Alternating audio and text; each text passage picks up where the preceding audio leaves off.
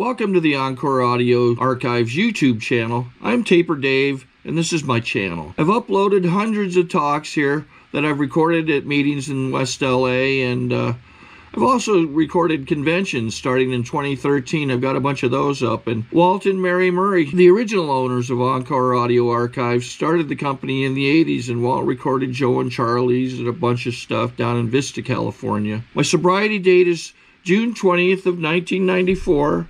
I hope you find something you like, so please like and subscribe to my channel and comment down below. If you want to hear something that I don't have or that you don't see, I'll see that I get it. Anyways, take care and have a great day if you want to. You might welcome Po Boy.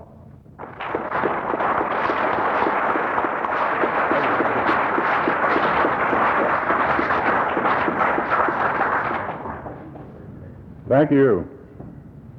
I'm Po Boy Rice, and I'm a truly grateful recovering alcoholic. Hi, everybody. Sober one more day by the grace of God, fellowshipping with men and women just like you, and trying to follow the simple direction of a program called Alcoholics Anonymous. I want to take this opportunity to thank the committee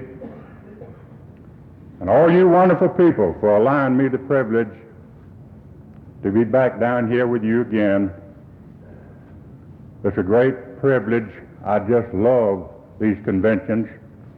Right here was the first convention I ever attended in my life. I think this was back in '76.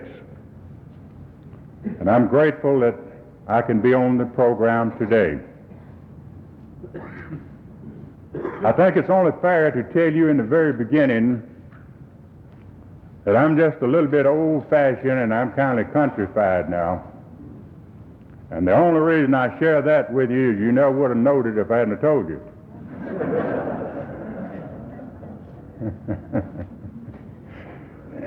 Anytime I'm in a crowd this big, I often wonder if there might be somebody here that knew me before I got to this fellowship. And this reminds me about an old buddy of mine that lived over in North Carolina. And he stole a man's milk cow, and they gave him 12 months in the chain gang. And when he finished his sentence, he was so ashamed of himself until he moved down in Georgia. And he got him a job, and he went to work, and he started attending a little old Baptist church down the road. And he established such a good record in the community and in the church until after a while they asked him to serve on the deacon board. And he served in that capacity for some time, and after a while the preacher resigned and asked this old buddy of mine if he'd be the preacher. And he accepted. And on the very first Sunday morning he walked up in the pulpit to deliver his sermon. He looked down the aisle and he saw a long-legged joker come walking in that he used to be in the chain gang with. And he started his sermon off something like this: "Now, brothers and sisters, I came here this morning fully prepared to preach to you from the book of John. But after observing this great congregation, I have changed my text to the 2nd chapter of Jude, where it said, if you knows anything, or if you sees anything that ain't already leaked out, you just keep your mouth shut now till this meeting's over with. And we'll talk about it out yonder somewhere." And that's the way it is with Po Boy. City, I did quite a bit of researching before I found out there ain't no 2nd chapter of Jude. I don't know where that dude came up with that at, but it worked. Now, this typical-looking little old gray-headed southern lady sitting here in front of me is my wife. And she don't talk. She just follows me around and prays. And thank God for that. I need all the help I can get. And every time I start to talk, old Flo, now, Flo ain't all that old. That's just a pet name. She calls me old Po Boy. And she'll say, "Now, don't you tell them folks how old I am." I don't know what makes women like that. That's just the way they are. And of course, I respect her wishes, and I just say old Flo got here about the same time Kerosene did. And that was back on in the days when castor oil was a wonder drug, sort of like penicillin, when it came along. Well, thank God we can laugh. I love to laugh. I love to see other people laugh. And as that book talks about it, the newcomer coming in here, if they saw no joy among these people, they wouldn't want it, would they? And this is attraction. It was attraction to me. And so I'm grateful to be here this evening. I think what I'm up here for is to share a little bit of my experience, strength, and hope with you. And trying to follow those directions in the big book that said our story disclosed in a general way what we used to be like, what happened, and what we're like now. And I'd like to spend what little time I have up here talking about what it's like now. My friends, it's beautiful. It's beautiful. I'm so glad that the God of my understanding let me live long enough to reach this beautiful fellowship. I never knew there was anything like this in the world. And I want to share something, especially with a newcomer. This is not a dead, dull, boring, and gloomy fellowship. It's beautiful. And I get excited about it. If you ain't never seen a Georgia conniption fit, you need to see poor boy have one. Sometimes I have one. When I get to thinking about where God brought me from and where I am today. If the good Lord lets me stay here till December, I'll be 73 years old. And I was born over here in Rockdale County, and that's where I live today. And my old daddy was a sharecropper and a moonshiner. And I guess we were about the poorest folks who was in Rockdale County. We lived in an old house over in the field. And I suppose by the time I was 10 years old, I could operate a liquor still as good as my old daddy could. I knew all the ingredients that went into a batch of beer that would cause it to ferment, and then when it was ready to be distilled. I learned that as a real young boy. And there's something else I remember. In this old house we lived in the kitchen, there was two jugs that always sat over in the corner of this old kitchen where we eat. And one of them was a jug of shine liquor, and the other one was a jug of sorghum syrup. So, other than becoming an alcoholic, I turned out to be quite a syrup sopper. And there ain't nothing wrong with sopping this Georgia syrup. I don't know how old I was, but as a young boy, my dad moved us off to Atlanta. And we moved into a part of the city, they called it Cabbage Town. And if you're from Atlanta, I'm sure you know about Cabbage Town. It was then, and it is today, a real slummy era.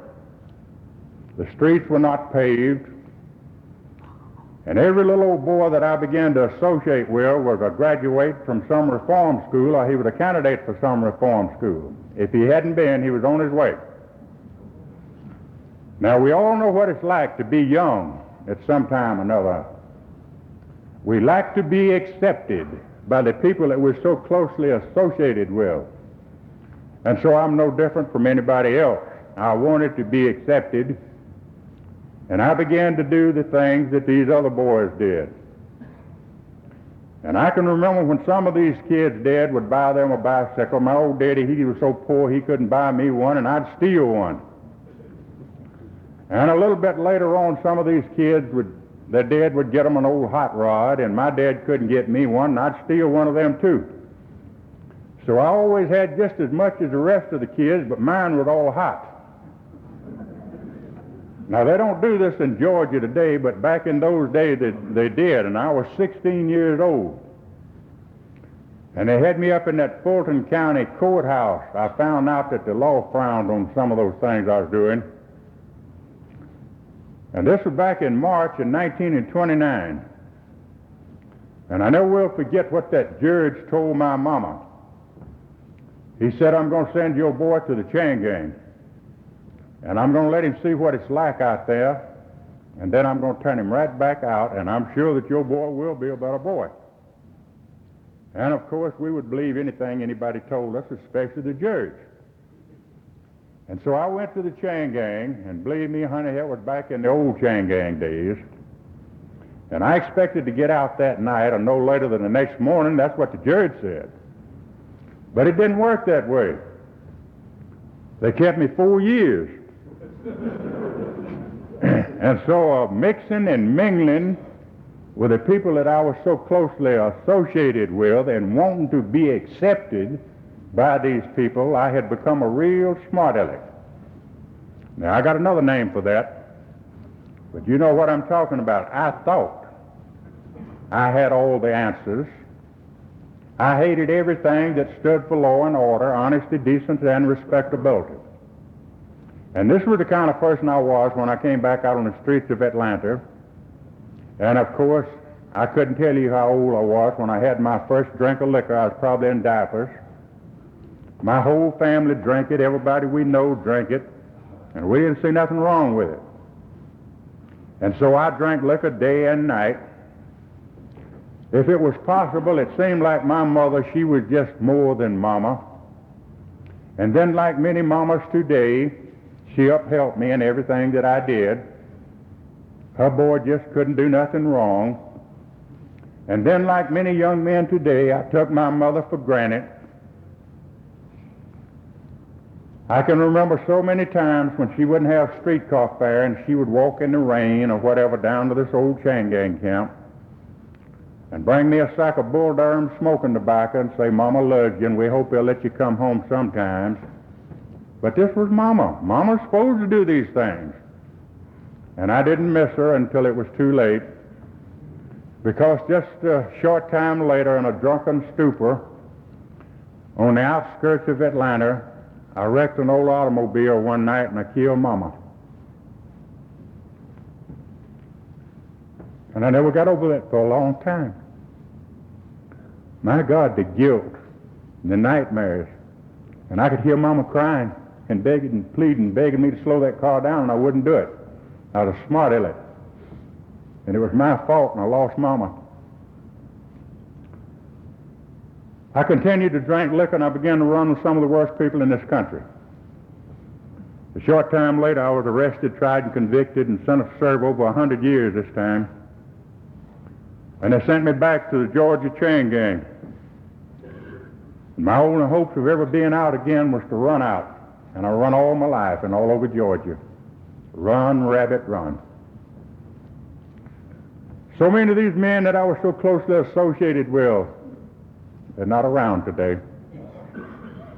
Some of them were shot down and killed trying to escape. Some of them was killed out here on our street, the highway, by our policemen, and some of them went to the electric chair. So my friends, it's by God's amazing grace that this old man stands here this evening and tries to share a little bit of my experience, strength, and hope with you. I violated every rule that they had, and this was back in the days when they used the old sweat boxes, the old stocks, and they whipped me with everything imaginable, and I continued to get worse.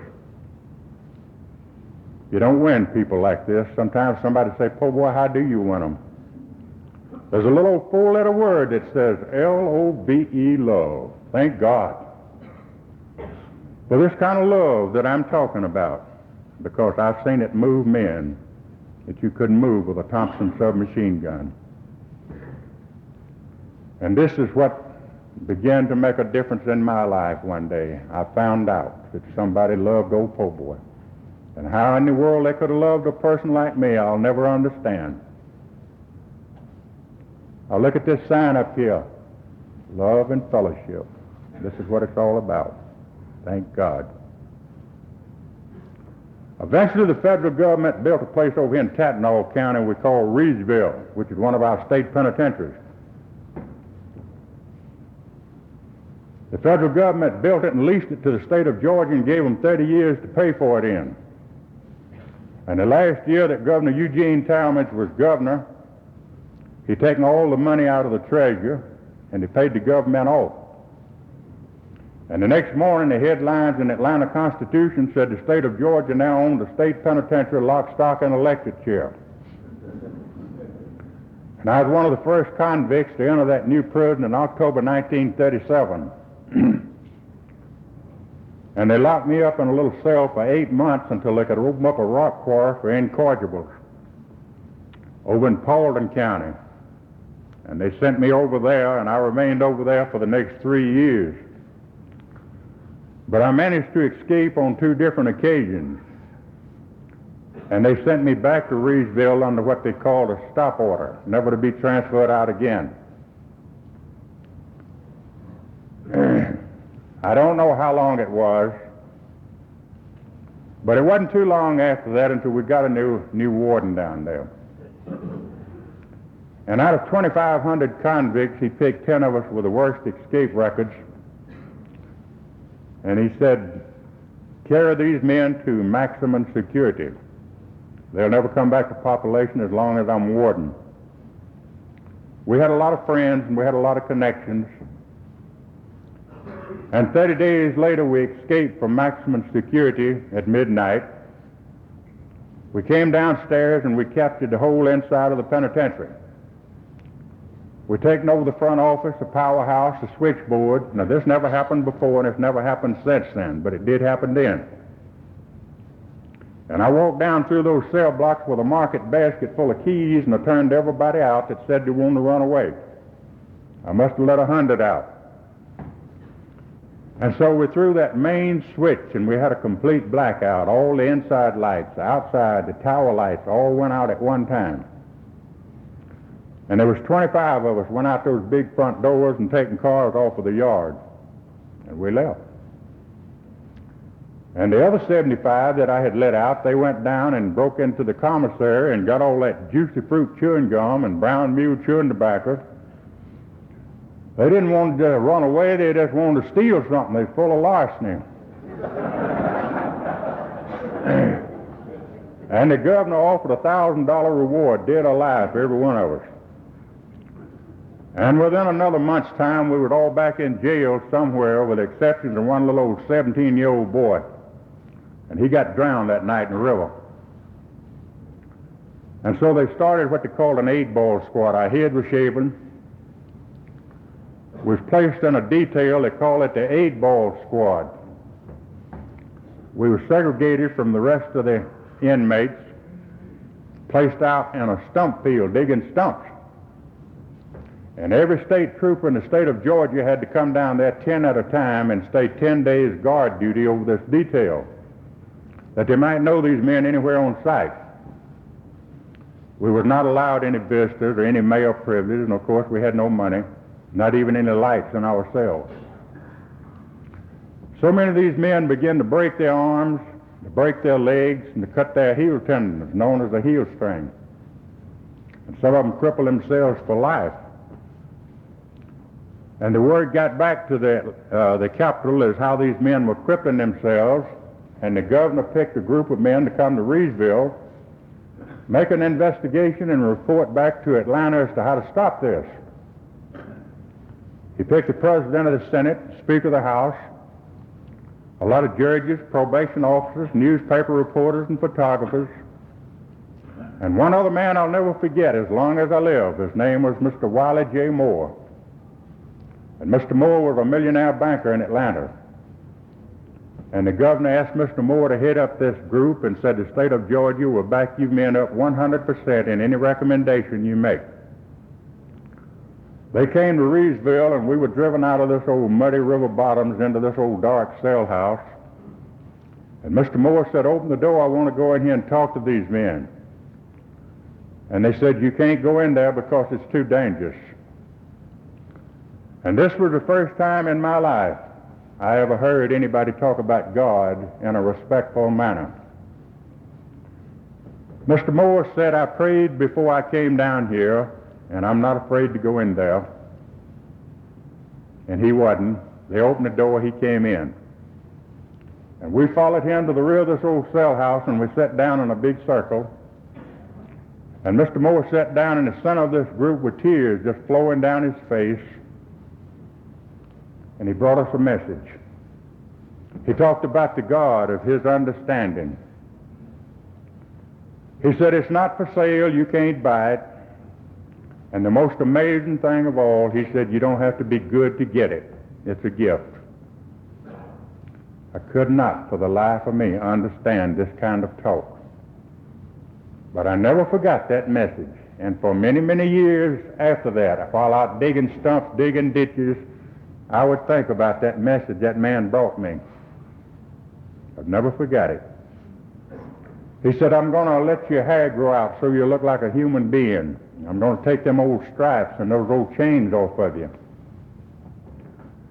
He said, I'm going to let you pick any job in this institution that you want, that you might learn a trade that'll be worthwhile to you one day on the streets. He said, I don't care how many life sentences you're serving. If any man in this detail would just do 5 years with a perfect record, I guarantee you a parole. What an opportunity.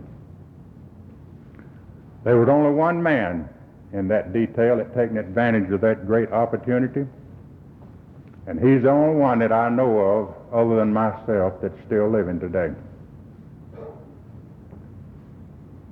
He did learn a trade. He did do 5 years. He was paroled. He's no grandpa now. He never got back in. But you know what kind of job I asked for? I asked for a job down in Stewart's department. Now that's where they got all that meal and syrup and sugar and yeast.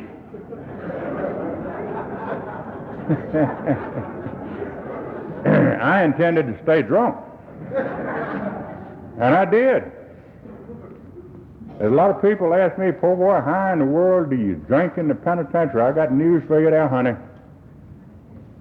Reedsville, back in those days, it was easier to get than it is up there in Rockdale County where I live.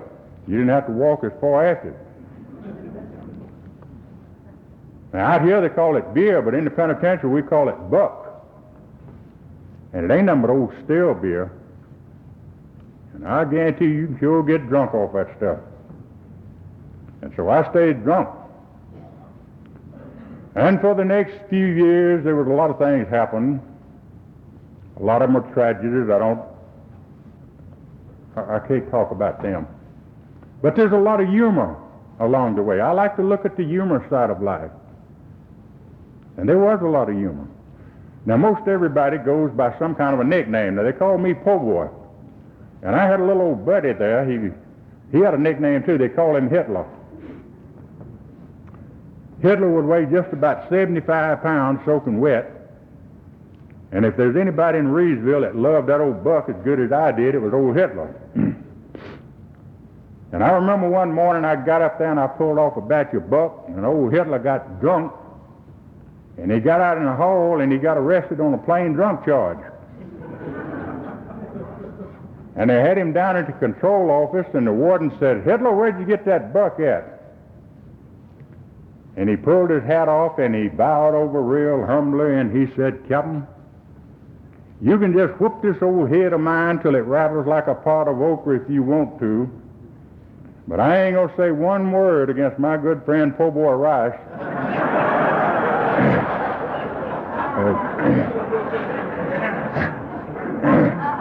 Old Hitler swore he didn't snitch on me. You know, he didn't know how they found it out, but then many other times we'd have to go upstairs and eat bread and water for a few days. That was just a merry-go-round. That's where I was doing time. But I used this little extra privilege I had of mixing and mingling with the other convicts, scheming, plotting, planning. And after a while, I got me an old pistol smuggled in there with a Prince Albert can full of bullets. And I got up there one morning and I was so drunk I didn't know I was in this world. And I enticed 5 of those other men to help me. And we captured 19 of those free people, and we had them all tied up in hay wire, used as a hostage trying to go out the back gate with them. Now, I thought I wanted out bad, but I can honestly tell you this evening, thank God, I didn't get through those gates then, because if I had, I certainly wouldn't have been living today. And anything that I tell you that happened to me, don't you feel sorry for Po' Boy. I asked for every bit of it. I was in this fellowship for quite a while before I realized and accepted the fact I am responsible for my actions. But I had always blamed people, places, and things for the condition that I was in. And so they stripped me off naked, and I was beaten till I was bloody as a hog, and they carried me to the death house. And there I remained for the next 2.5 years, right in the shadow of the Georgia electric chair for safekeeping. My folks didn't know where I was. I was not allowed any visitors or any male privilege, and I had no money. And if I ever got a cigarette, one of those condemned prisoners would give me a cigarette. Now, they don't use that thing very often today, but during those years, the state of Georgia was leading this nation in executions, and I had a ringside seat. This did not make a Christian out of me, but it certainly did change my mind about a lot of things. A lot of these men were young men, and while under the influence of alcohol, they had committed some crime against society that they had to pay for with their lives, and they did. 2.5 years later, I came back to population, and I had a thought like this: when I go again, I'll go out that front door a free man. I'll go out that back gate in a pine box. I give up. I can't beat you. And in my way of thinking, for the next 7 years, I made what I called a good record. Now, I stayed drunk most of the time, but I stopped trying to escape. And I never made a record like this in my life. And by this time, we had a pardon and a parole board in Georgia. Before that, we had a prison commission, which consisted of 3 men. They were the whole works in Georgia. And every year, the pardon and parole board, they would come down there and talk to me. Sometimes they'd make a recording of my attitude and carry it back up to Capitol and play it. But after 7 years, Mr. Ed Everett was chairman of the pardon and parole board, and he came down there and he interviewed me. And he said, "Po boy, we feel like you've been in long enough, but you've been too closely confined for too many years to be turned out with the public." I didn't know anything about World War II. I had no trade. I didn't know how to live in our society. And that man knew more about me than I knew about myself. He said, "I'm going to recommend that they send you back out to a road camp and let you mix and mingle with the people out there. And when you get used to being around folks, then we're going to give you a parole." And so they transferred me up to Cobb County. And they sent me up on trial, and they told my kinfolks, said, if he'll stay up there 1 year and try to do right and don't leave, said, we're going to give him a parole. Well, I felt like a misdemeanor then. I'd count the months off, the weeks, the days, until that year was up. And they sent me a letter and said, stay another year. And that like to broke my heart. I was a real weak individual, and I didn't know how to deal with disappointment. So I got full of resentments and anger, and that old attitude came back, I'll get even.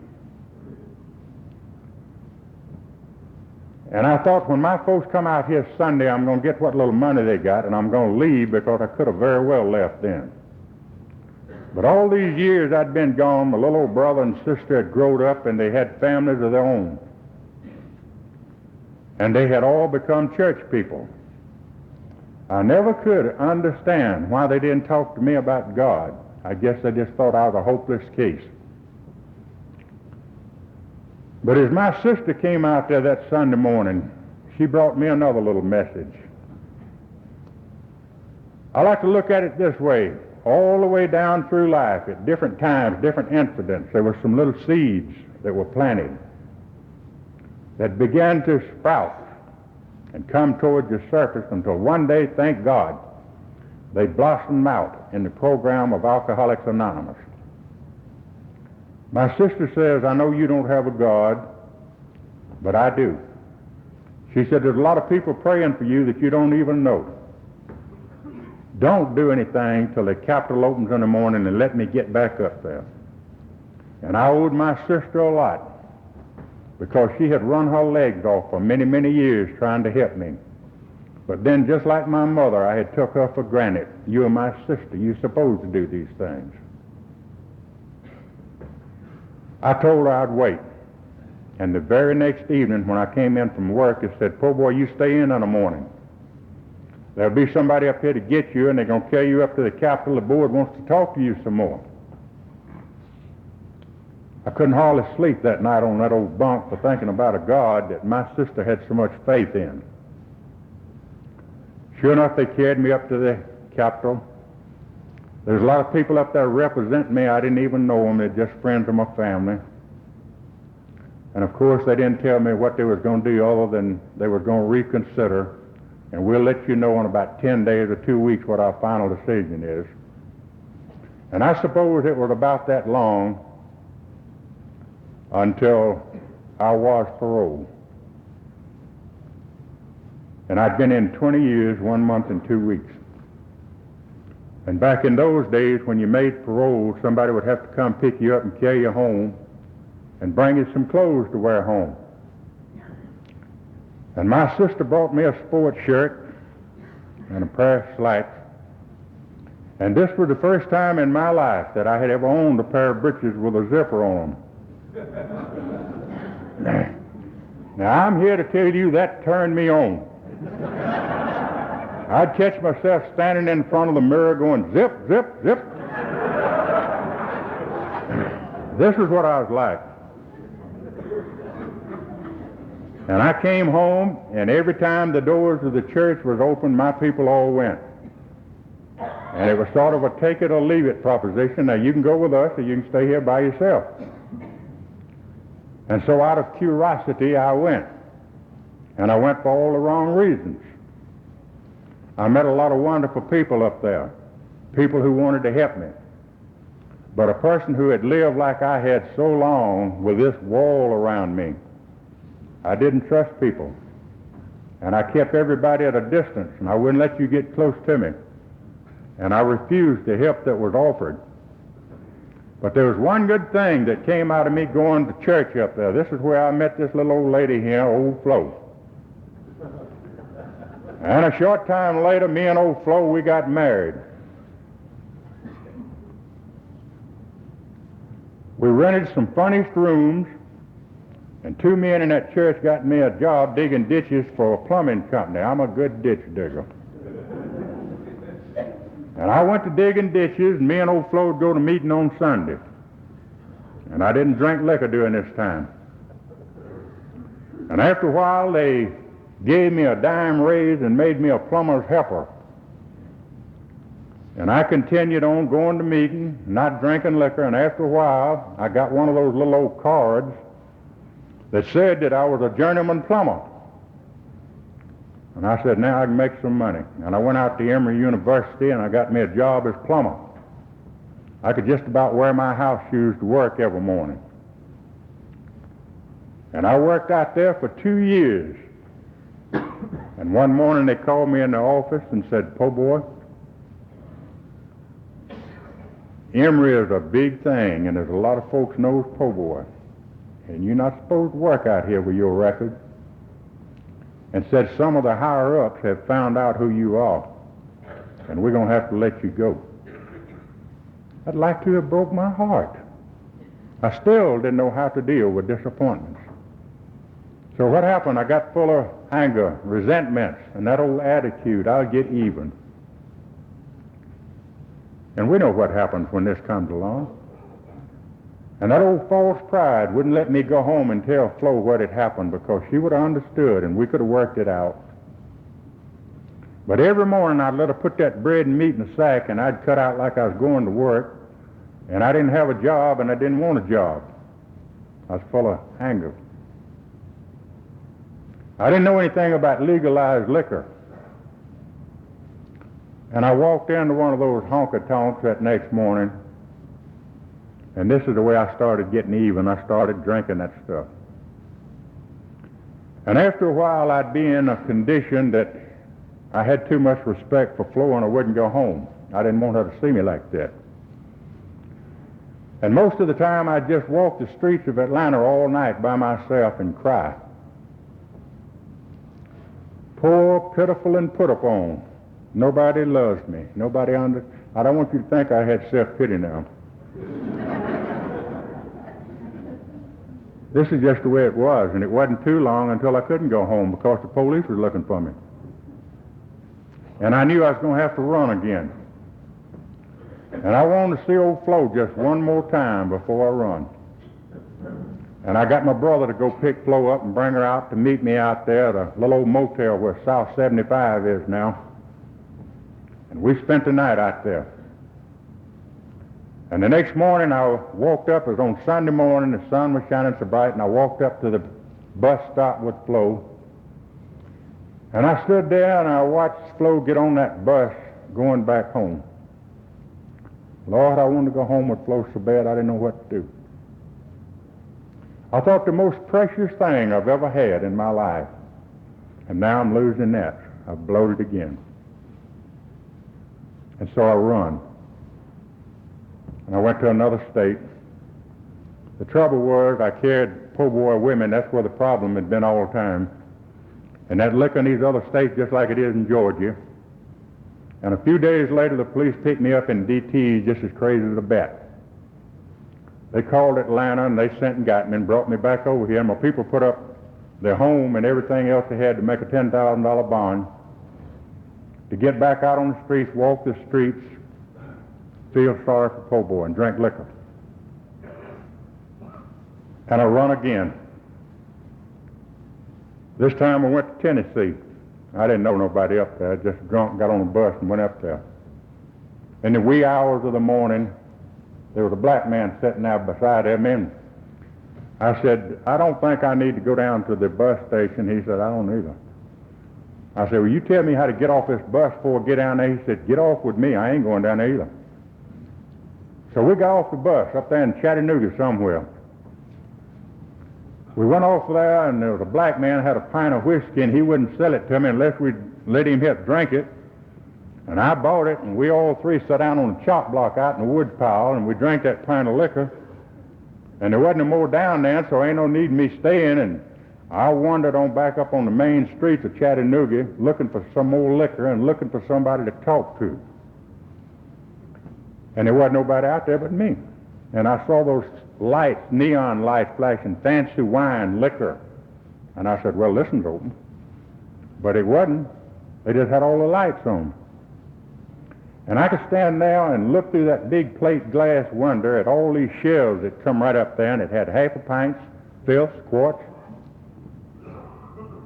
And I hauled off and hit that glass with my fist, and the whole thing fell out all over me. And I cut my hand, and I didn't have sense enough to know I was cut. And I just stood there and filled my pockets full of them bottles. And waddled on up the sidewalk and fishing for a cigarette. My tie, my shirt was bloody, my pocket was full of blood. And the police run up there and threw the shotgun on me and carried me back down there, and I lied like a dog. I said I didn't do that. And they said, how in the world are you going to deny something like this? I said, I don't know, but I am, and I did. Well, they put me on in jail, and the next morning there was a city detective that had me down there trying to question me. And I was about to go into convulsions. And he didn't want me to die on his hands, and he said, I'm going to do something for you. Now, don't you say nothing about it. And he went back there, and he got a glass that high full of liquor. And he said, drink that. Well, that's a good drink of liquor. And they kept me in jail for 5 weeks. And one evening, just about dark, in the wintertime, they called me downstairs and said the grand jury failed to indict you. And they opened the door and said, get, and I got. And I thought they had made a mistake, and I run 5 blocks just as hard as I could till they give out. And I said, now, these people ain't all that crazy. I couldn't understand that. I never knew why those people turned me loose until about 3 years ago, I guess. I was in Maryville, Tennessee, city. And there was a judge over there. And I was talking to him about that. he said, "Po boy, do you remember something very unusual that happened to you that next morning?" I said, "Yeah, that man gave me a drink of liquor." And he laughed. He said, "I know why they turned you loose." He said, "I came to this fellowship 31 years ago," and he said, "I went to work on a garbage truck." And he said, "After a while, I became a city fireman. And then I got on the police department. And then I became a city detective. And now," said, "I'm judge." And he said, "This old boy that give you that drink of liquor," said, "he was a member of this fellowship." And said, "He is the man that went before the grand jury in your behalf, and he told those people, that guy is an alcoholic. And if you just turn that idiot loose, he'll go back to Georgia, and we won't have to fool with him." So I found out why they turned me out after all those years. I made my way back to Flo just to get what little money she had, walked the streets, drank liquor, and feel sorry for po' boy. And about that time, an old buddy of mine got out of the penitentiary. We'd been running together for many years. So one evening, him and I was going up that 4-lane highway right near Marietta, both of us drunk in an old beat-up Ford. We had a flat tire, and right across the expressway was a filling station. So we went over there and bought a tire from that man. He said, "Pull your car over in the yard, and I'll put the tire on for you." So here's two drunks trying to get that old Ford across the expressway, and there's a Thunderbird dealer and his family from up in Ohio was on the way to Florida on vacation. And they run over us and tore up our car. And like two idiots, we jumped out and took theirs away from them. I don't know about your insanity, I know about mine. That just seemed to me like right at that particular time, this was the normal thing to do. "Hey man, you done tore up my car, give me yours." But it don't work that way either. And so they run me and this old boy into a roadblock. And it wasn't so much as what we had done, but because of our past. And they tried me and this old boy, and they give us 20 more years apiece and sent us both back to Reesville. If I'd have had the nerve, I'd have cut my throat. I couldn't see no way to live 20 more years in there. I didn't know how to pray. Thank God old Flo did. And I believe a lot of other people did. And I like to look at it this way. 14 months later, God answered somebody's prayer. And it was far different from anything I could imagine, because they transferred me over to Stone Mountain. And they was building a new prison camp over there. And they sent me up there to put the plumbing in this new prison camp. And when we finished that new prison, the warden had us to install a little chapel out in one end of the mess hall. And he called me out on the front, out of all people, and he said, "Po boy, I have a different assignment for you every Sunday afternoon." He said, "Because we're going to have a church group from all over this area that'll be coming out here holding services. And he said, I want you to stand by the door and welcome the visitors. He said, I'm going to get a bunch of song books, and I want you to go back there and form a choir out of those convicts, and I want you to lead the singing." Of all the silly things. And you know, I like to look at it this way. These little seeds that had been planted all the way down through life, they were just about ready to come to the top. Because all of a sudden, I wasn't just sorry I'd been caught up with. I was sorry for what I had done. I wanted to do what he asked me to do, but I wasn't in no shape to do that. I don't believe in straddling that fence. I believe in being what you are. You know, our program tells us half measures avail us nothing. I didn't know how to pray, but I found me an altar. And it was an old black burnt hickory stump out in the woods. I'll never forget it as long as I live, when I dropped down on my knees by that old stump. And I said, God, if there is a God, whoever you are and wherever you at, I give what's left of old po' boy to you. I ain't going to run no more. I'm tired. Lord, I'm tired of that old way. God did something to old po' boy that day. Never get tired of telling it. Since that day and since that hour, I've never wanted to rob, steal, or kill nobody since then. I want to share something else with you. He left me an alcoholic. I hope to God I don't never see that day when I think I'm cured. I went back in, then I did what the warden asked me to do. I did welcome those visitors, and I led the singing. And I went back there and I formed a choir out of those convicts. And the good Lord sent one of those honky-tonk piano players in there, and I put that joker to playing gospel music and formed a quartet. Honey, you ought to heard some of my singing. It was kind of a cross between George Beverly Shea and Piano Red, but I enjoyed doing it. He let me go out in the front yard with a bulldozer, build a baptizing pool and run hot and cold water out there. Oh, we turned it on.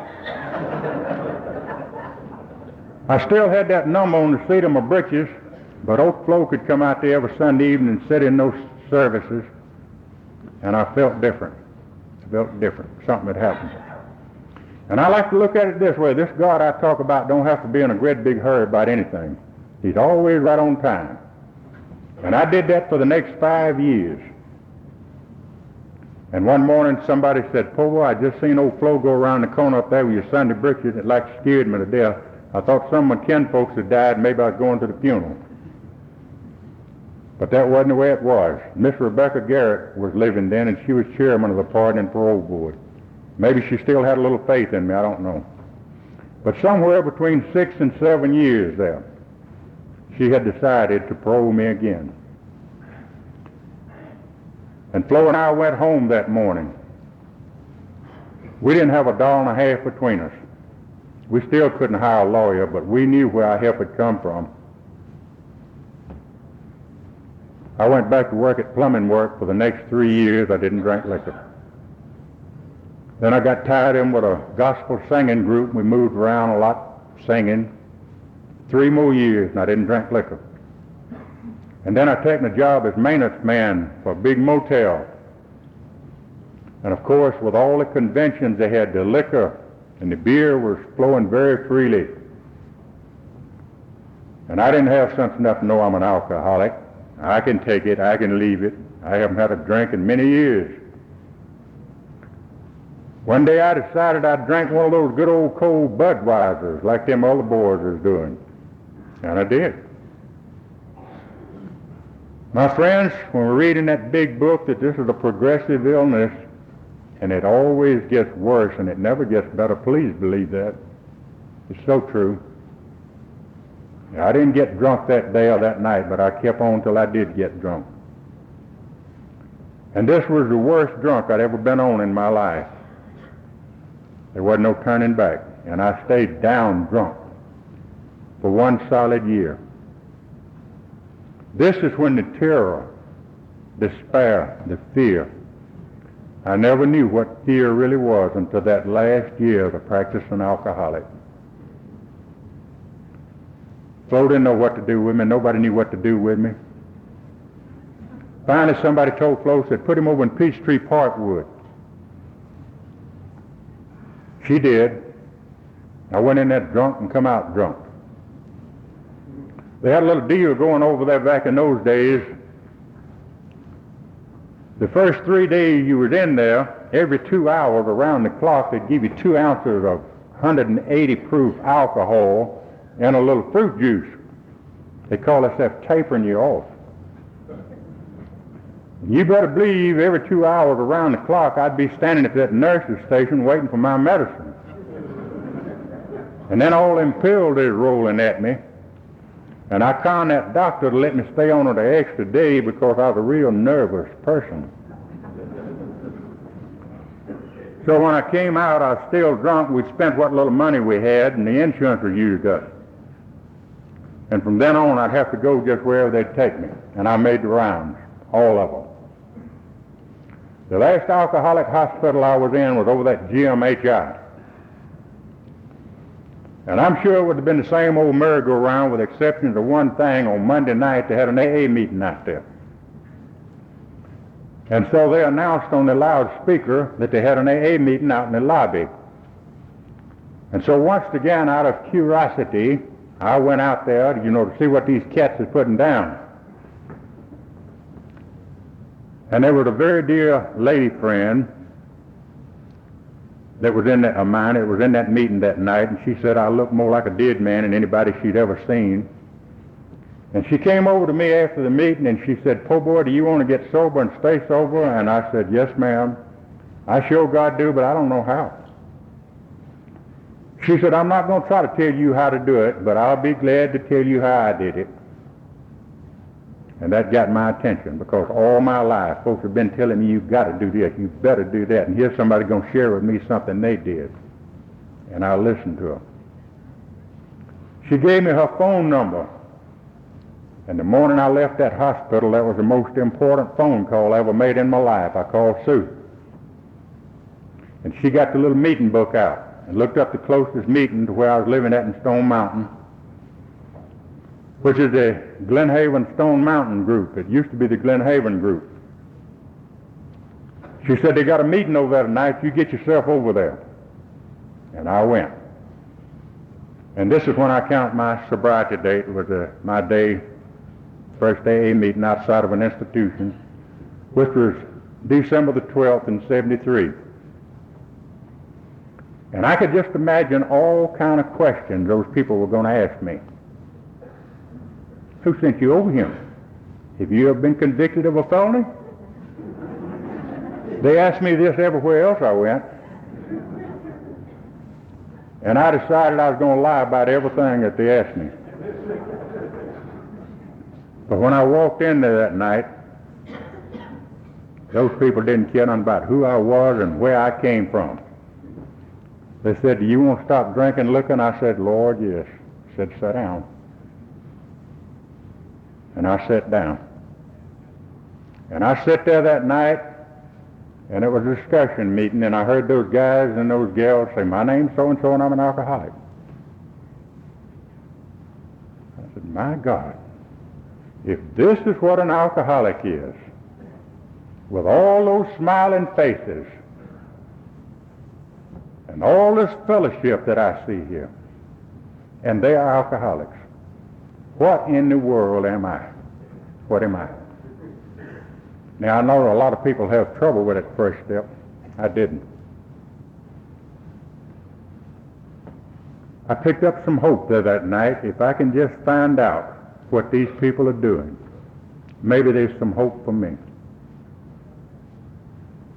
And so I made a decision. If this is what an alcoholic is, I wanted to be an alcoholic more than anything in the world. I didn't want to be what I was. I said, "What do I have to do to be like you folks?" Now see, they knowed I was a fool. And they kept it very simple. They said, "Don't drink and go to meeting." Well, that was simple. I could understand that. So I didn't drink. And I went to meeting. And after a while, I kind of got the wrinkles out of my belly, and I got to where I could eat. And then I got to where I could lay down at night and go to sleep. Believe me, that was good. And I could get up in the morning, put my britches on, and go to work. The flow got a whole lot better to me, too. And I'd go to meeting, and after a while I got to where I could smile and I could laugh. And I said, "Well, I guess sanity has returned."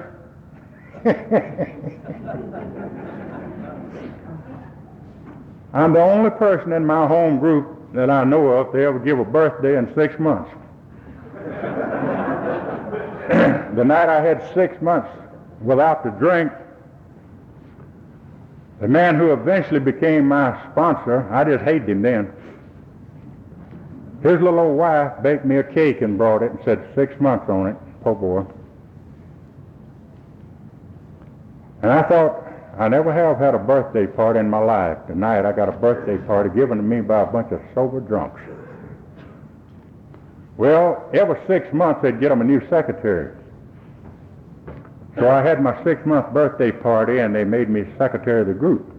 See, they wanted to make sure I'd be there. But I misunderstood. I thought, now I own my own group.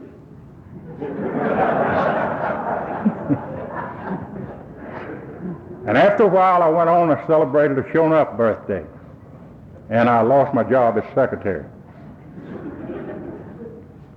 Now, I'd been on this little pink cloud that we talk about sometimes. I got right straddle of that sucker.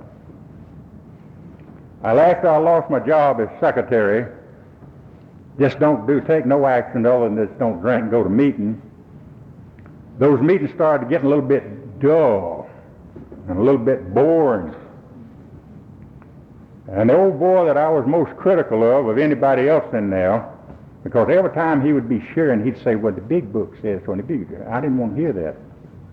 I always thought I was doing all this myself. I didn't like him. My friend, that almost got me drunk. As close as I come to getting drunk since I got to this fellowship. Because one of those big lumps that we talk about came along and fell in my lap, and I didn't know how to deal with it. And I left my house and I went to the liquor store. I intended to get drunk. I knew I was going to get drunk, not really wanting to get drunk. And as I sat there in the parking lot of that liquor store, I remembered something an old timer shared with me right after coming in the program. And he said, poor boy, he said, I sat in a parking lot one night and I watched my wife and little children go back down the road going home to her parents because as a practicing alcoholic, I couldn't support them. And he said, I bowed over that steering wheel and I asked God to help me. And he said, the help came. And I remembered that right at that moment, and I too. I said, God, I can't help myself. Please take that craving away from me. Don't let me get drunk. The help came. I haven't wanted to drink a liquor from that day till this. I turned around, went back home, and I went back to my group. And I knew that if I was going to stay sober, there was a little bit more to it than just don't drink and go to meeting. And I knew I didn't have sense enough to do this by myself. And guess who became my sponsor? This old boy that was always talking about the big book. And I went to him and I said, would you consider being my sponsor? He said, poor boy, this is an honor that you asked me to be sponsor somebody like you. But I said, what's the big deal? Man, I've already seen you celebrate a birthday. And here all of a sudden you feel that you need a sponsor. And I said, well, my program ain't working too good right now. And he said, oh, yes, it is. He said, it was your program that got you to our program, and it's called Alcoholics Anonymous. And he said, if I'm going to be your sponsor, the first thing that you're going to have to do, or we're going to have to do, is get rid of your program before you get drunk.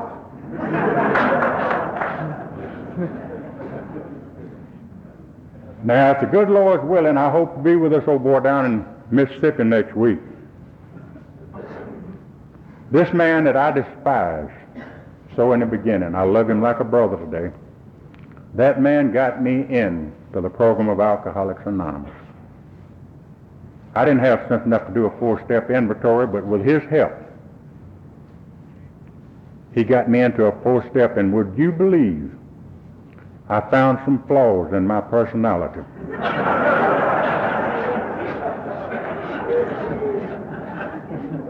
Yes, most of them buried deep under those thick layers of self-justification. And I made this searching moral inventory. And when I had went as far as I knew how to go with this, I called him up one morning. I said, I have finished my 4th step. I want to do the 5th. He said, say what? I said, I done finished my 4th step. He said, you got a 12 and 12? I said, yeah. He said, turn to page 50, and I did.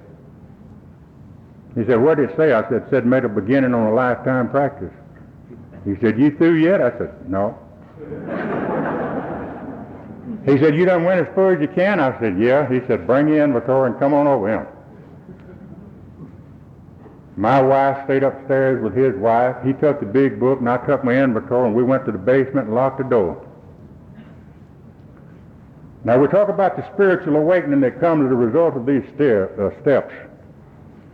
My friends, there were some spiritual experiences along the way, and that was a ditty on step 5. When I talked with another human being about the exact nature of some of my wrongs. Some of these things I thought I would have carried to the graveyard with me. I'll never forget it as long as I live. It's beautiful. This old boy was transferred several years ago down to Jackson, Mississippi. I get to see him not too often, but I can write him, he can write me, and I can call him every once in a while. I got me another one. In fact, I got two now. And ain't neither one of them been sober as long as I have. But that ain't what I look for in a sponsor.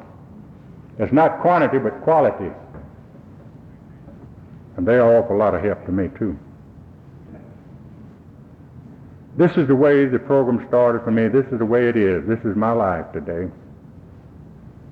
This is the only life I've ever known, except that old dark, ugly, and negative side. I know everything that there is to know about that side of life. This is a brand new adventure for old poor boy Rice. And every day that the good Lord lets come along, it's a brand new challenge to be of service to the God of my understanding and try to help somebody else. There's been so many things that have happened to me, unbelievable things, since I got in this fellowship and got active. And as far as I'm concerned, action is the key word. The first part of 79, at the age of 66, I retired. And all I had was my little Social Security check. And we couldn't pay that high rent up there in Stone Mountain.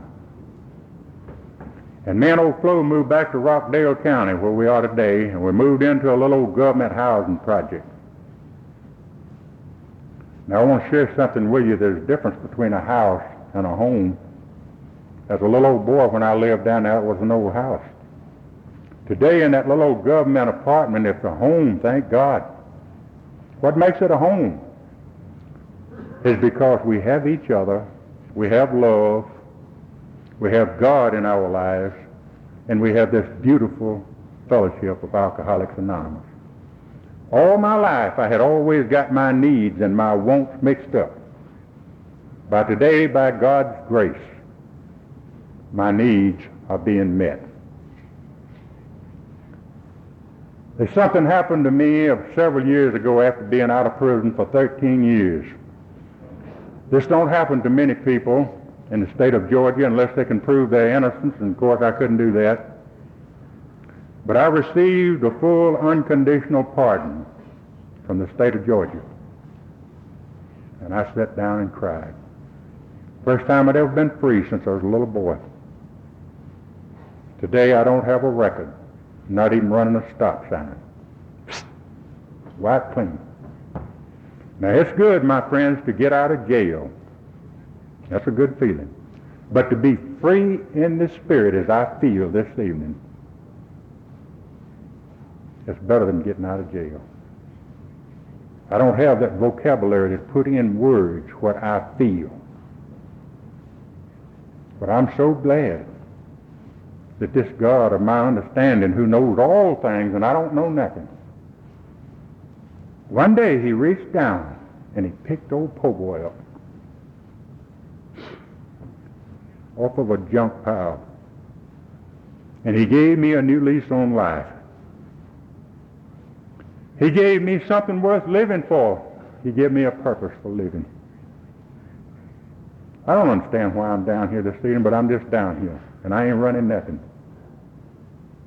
Be careful what you pray for, because I prayed one time, and I told him I'd go where he wanted me to and do what he wanted me to do. So that's his business, it ain't none of mine. And any time I'm in a meeting, whether it's a big meeting or a little meeting, my heart and my mind is always centered on that new man or woman just coming in the door. Because I remembered one day when I was you, and I remember how suspicious and how skeptical I was of everything. So in closing, let me share one thing with you, my friends, to the newcomer. That the problem ahead, I don't care what it is or how big it is never, never, never greater than this source of power that I've been trying my level best to share with you here this evening. Thank you. God love you. I love all of you. Thank you, committee.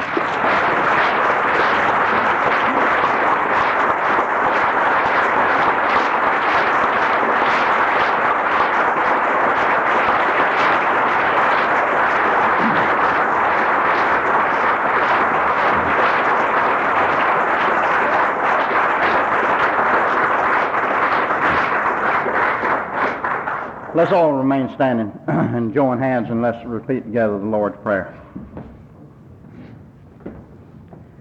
Our Father, who art in heaven, hallowed be thy name. Thy kingdom come, thy will be done, on earth as it is in heaven. Give us this day our daily bread, and forgive us our trespasses, as we forgive those who trespass against us. And lead us not into temptation, but deliver us from evil. For thine is the kingdom, the power, and the glory, forever and ever. Amen. Sorry to interrupt your viewing. Taper Dave here. Just wanted to take a second to ask you to like and subscribe to my channel. Let me know if you like what you're listening. I've got some very good talks here, and this one's a great one. Just curious, do you think this is better than Zoom? Tell me what you think. Okay, this is how I prepare my drone for launching. I like to do it inside the cab of my truck so I'm not standing outside in the weather. To install the joysticks for control, up and down, right and left, powered on. I have an Android phone that I use to connect it to the drone with, and it's actually controlled through the iPhone, through an app. Oops, wrong way. It's actually controlled through the iPhone, or through this Android phone, through the app. It's actually controlled through the Android phone through an app, and you connect it through this short connection right here.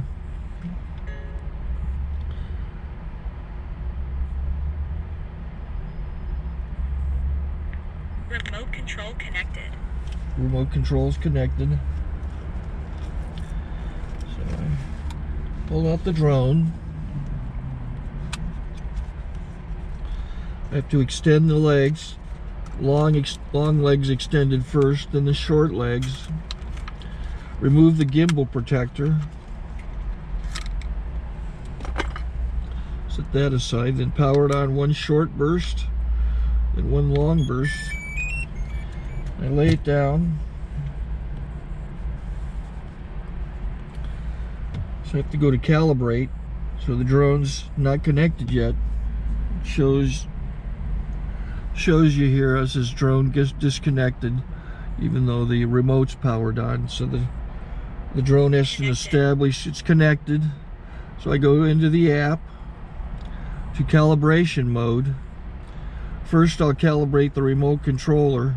Start calibration. Out, in, out, in, up, down, and then this little wheel is to control the gimbal. So it's calibrated. Go to gimbal calibration, start calibration, and then it calibrates the gimbal. I don't know if that shows up. The gimbal's moving all over the place. Changes, you can see it on the video. And I'm calibrated to take off. It's acquired 7 satellites at the moment. There are 26 satellites up in the sky, which it has to acquire before you can take off. So it's connected. It's got enough satellites. This is white. I can go to press this little arrow button, swipe right to take off, and it would start the motors if I slid this to the right. But I'll wait till I get outside. Don't want to do it inside.